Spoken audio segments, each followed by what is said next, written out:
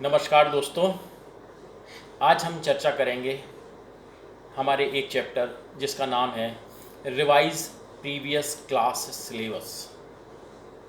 आपने सुना होगा कि कोटा में जो स्टूडेंट पढ़ने जाते हैं वो अपनी क्लास से आगे की 2 या 3 क्लास का सिलेबस कंप्लीट किए होते हैं और उसी को देखकर सामान्य छात्र जो एवरेज स्टूडेंट होता है वो डिप्रेशन में आ जाता है।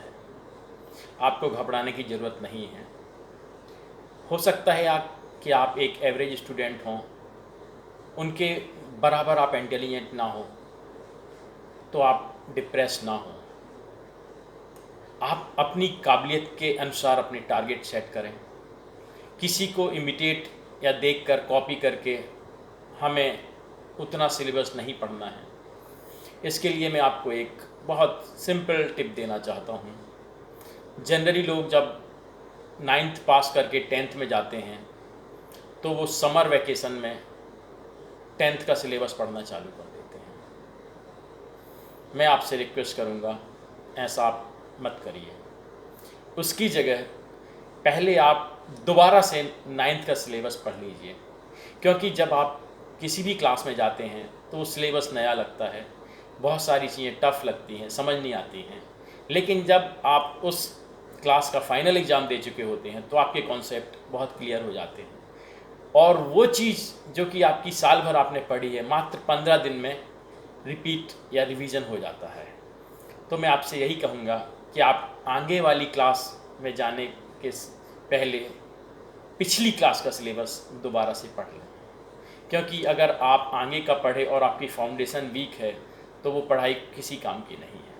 तो आप जब आप 9th क्लास पास करें या 11th क्लास पास करें तो आप अगली क्लास यानी कि 10th या 12th का सिलेबस ना पढ़ के पहले 9th और 11th का ही सिलेबस 15-20 दिन में रिवाइज कर लें। ज़रूरी नहीं कि आपको हर सब्जेक्ट पढ़ना है। जैसे कि मैं आपको बताऊं, अगर आप JEE देना चाहते हैं तो आप मैथ, फिज़िक्स, केमिस्ट्री रिवाइज़ कर लें, और अगर आप नीट वगैरह देना चाहते हैं तो फिज़िक्स, केमिस्ट्री और बायोलॉजी जो भी आपके सिलेबस हैं वो रिवाइज़ कर लें।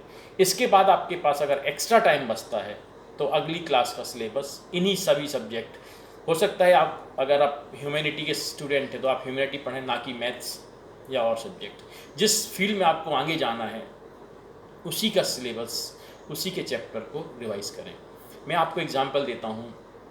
कुछ चैप्टर ऐसे होते हैं जो आपको कई सालों तक काम आते हैं। जैसे कि मैं फ़िज़िक्स और केमिस्ट्री में एवोगाड्रो नंबर आपने पढ़ा होगा, वो आपको हर साल काम आएगा, चाहे वो आप 11th में हो या 12th में हो या फिर आप UPSC केमिस्ट्री या फिज़िक्स से देना चाहते हो तो वो हमेशा आपको काम आएगा। इसी तरह से बहुत सारे फार्मूले, फिगर्स, डायग्राम आप एक कॉपी में बना के रख लें जो कि आपको अगली क्लास में काम आने वाले हैं। तो आपको सबसे बड़ी चीज़ है कि वो उस क्लास का फाउंडेशन बहुत स्ट्रांग हो जाएगा और आपको अगली क्लास में जाने में कॉन्फिडेंस रहेगा और आप अच्छे स्ट्रांग बेस के साथ जाएंगे। यही फ़ायदा होता है कि पुरानी क्लास का सिलेबस रिवाइज करने में आपको पीछे स्ट्रांग बेस मिल जाता है। यहाँ पर सीक्वेंस मैटर करती है कि आप पहले 10वीं का पढ़ना चाहते हैं या पुरानी क्लास का। मैं तो यही कहूँगा कि आप पुरानी क्लास को पहले पढ़ लीजिए, फिर 10वीं अगली क्लास में जाइए। नहीं तो आप पुरानी क्लास का भूल जाएंगे और अगली नई क्लास फिर आपको नई ही लगेगी। तो मैं आपसे यही रिक्वेस्ट कर रहा हूँ कि पुरानी क्लास का सिलेबस रिवाइज करें। इसके अलावा आप ये भी ध्यान रखें कि जो भी चीज़ आज आप पढ़ रहे हैं वो 1 या 2 दिन बाद उसको रिवाइज़ ज़रूर करें, क्योंकि बच्चे पढ़ाई बहुत करते हैं, रिवीजन बहुत कम करते हैं। इसलिए उनको बार बार रेफ़र बैक करना पड़ता है, पुराने फार्मूले देखने पड़ते हैं या दोबारा से टेक्स्ट बुक या अपनी नोटबुक उठानी पड़ती है। अगर आप जो भी पढ़ें उसको 1-2 दिन में दोबारा रिवाइज़ कर लें तो आपको वो चीज़ें दिमाग में बस जाएंगी।